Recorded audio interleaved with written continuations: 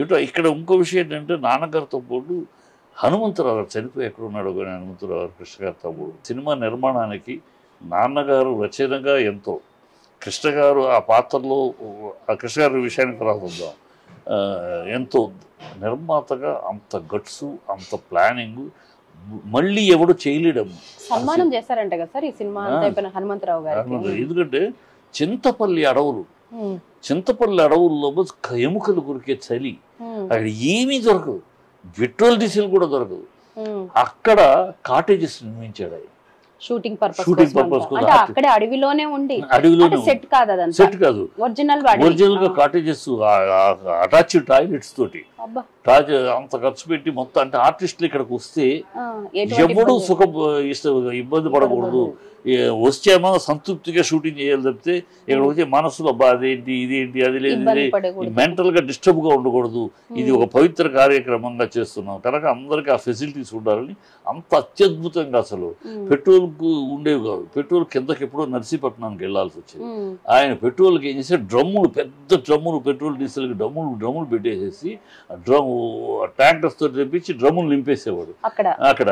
అక్కడ నుంచి లొకేషన్ లో కార్లకి డ్రమ్ బకెట్ లో పంపు దగ్గర అక్కడికి వెళ్ళండి, పెట్రోల్ బంక్ వెళ్ళి నర్సీపట్నం వెళ్ళాలి. ప్రసాద్ నర్సీపట్నం వెళ్ళి ఎక్కడ పోయించుకొస్తారు అన్ని కార్లు, అవుట్డోర్ యూనిట్లు అన్ని. సో డ్రమ్ముల్లో పోసుకునేవారు.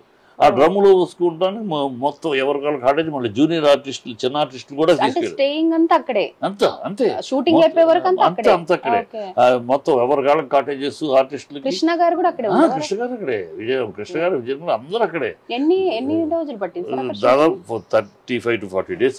35 to 40 days అడవుల్లోనే ఉన్నారు. అడవిలో ఉన్నారు, అన్ని ఫెసిలిటీ అడవులో ఉంటాము, ఫెసిలిటీస్ అసలు అడవులో ఉన్న ఫీలింగ్ ఎవరికీ లేదు. అంటే జంతువుల వల్ల వాటి వల్ల అంటే సౌండ్స్ ఇట్లా నైట్ అయితే జాగ్రత్త పడేవారమ్మా.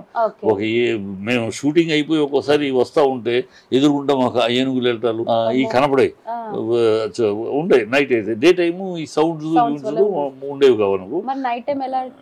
నైట్ టైం అంతా పాటలు పెట్టేవారు, సౌండ్ రాకుండా పాటలు, పాములకి రాకుండా ప్రొటెక్షన్ అన్ని పెట్టారు. అదే హనుమంతరావు హ్యాట్స్ ఆఫ్. ఎందుకంటే ఆయన అంత గొప్పగా ఆర్గనైజ్ చేయబట్టే అందరూ కంఫర్టబుల్ గా ఎవ్వరు ఏ ఇది లేకుండా పనిచేయగలిగారు. అది అంత గొప్ప అరేంజ్మెంట్స్. కృష్ణ గారు కూడా అసలు నాన్నగారు ఏంటంటే తెల్లారుజామున 3 గంటలకి లెగిసి స్నానం చేసి ఆ తడి బట్టలతోటి అడవిలోకి వెళ్ళిపోయేవారు. వెళ్ళిపోతూ బాయ్స్ చెప్పారు, ఇవో నేను ఇటు వెళ్తున్నాను అని చెప్పేవారు. అంతే, రాయటానికి డైలాగులు రాయడానికి.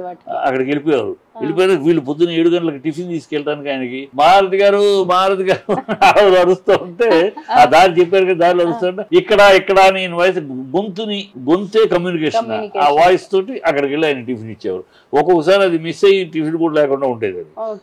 బట్ కృష్ణ గారి గొప్పతనం ఇక్కడ ఏంటంటే నాన్నగారి మీద ఉన్న అత్యద్భుతమైన కాన్ఫిడెన్స్, సీన్ మొత్తం ఏనాడు అడగల ఆయన, ట్రీట్మెంట్ మొత్తం అడిగారు. ట్రీట్మెంట్ నాన్న కంప్లీట్ చేశారు, ఆయన మైండ్ లోకి ఇచ్చేసుకున్నాడు. సీన్ డైలాగులు ఏంటని ఏనాడు అడగల. ఏ రోజుకు ఆ రోజు ఆ సినిమా మొత్తం నాన్న ఏ రోజుకు ఆ రోజు రాసిన డైలాగులే. అంటే ఈ రోజు షూటింగ్ అంటే ఈ రోజే డైలాగ్స్ ముందుగానే ప్రిపేర్ అవ్వడం, ఇచ్చేవారు కాదు. ఎందుకంటే ఆయన ఈ స్క్రిప్ట్ ఎవరు వేలు పెట్టకూడదు, అది నాన్న. అంటే సింగిల్ గా ఆయన మాత్రమే ఉండాలి. అసిస్టెంట్స్ కూడా ఎవరు లేరు, అసిస్టెంట్లు ఉంటారు అంతే, కాపీ చేయడానికి చెప్తే ఆయన సదస్సులతో రాసి పంపించేవారు. డైరెక్టర్ గానీ హీరో గానీ ఇన్వాల్వ్ అవ్వడానికి లేదు, ముందే కండిషన్ ఆయన. ఎందుకంటే ఇది మామూలు సోషల్ సినిమా కాదు, మామూలు జానపద సినిమా కాదు. ఇది ఒక నా మైండ్ లో దీని ఒక అన్వేషణ తోటి చేసింది. సో దీంట్లో ఎవరు వేలు పెట్టకూడదు, విషయం పరిపూర్ణంగా తెలియకుండా ఏదో ఆ డైలాగ్ కానీ ఈ డైలాగ్ ఇలా ఉంటుంది. నేను ఒక్కొక్క దానికి ఎక్కడెక్కడో కనెక్షన్స్ ఉంటాయి. కానీ కృష్ణ గారితో ప్రామిస్ తీసుకున్నారు, ఎవరు డైలాగుల్లో వేలు పెట్టకూడదు, చెప్పింది రాసినట్టు చేయాలి. అది కృష్ణ గారి నాన్నగారి మీద ఉన్న అప్పటికి నాన్నగారు డైలాగ్ చూడటం, నాన్నగారు ట్రీట్మెంట్ అన్ని తెలుసు కనుక అలాగా అన్నాడు. ఆయన ఏ రోజు సీన్ ఆ రోజు వెళ్ళేది. ఒక్కొక్కసారి సీను మొత్తం కాదు, ఫస్ట్ పేజ్ వెళ్ళేది.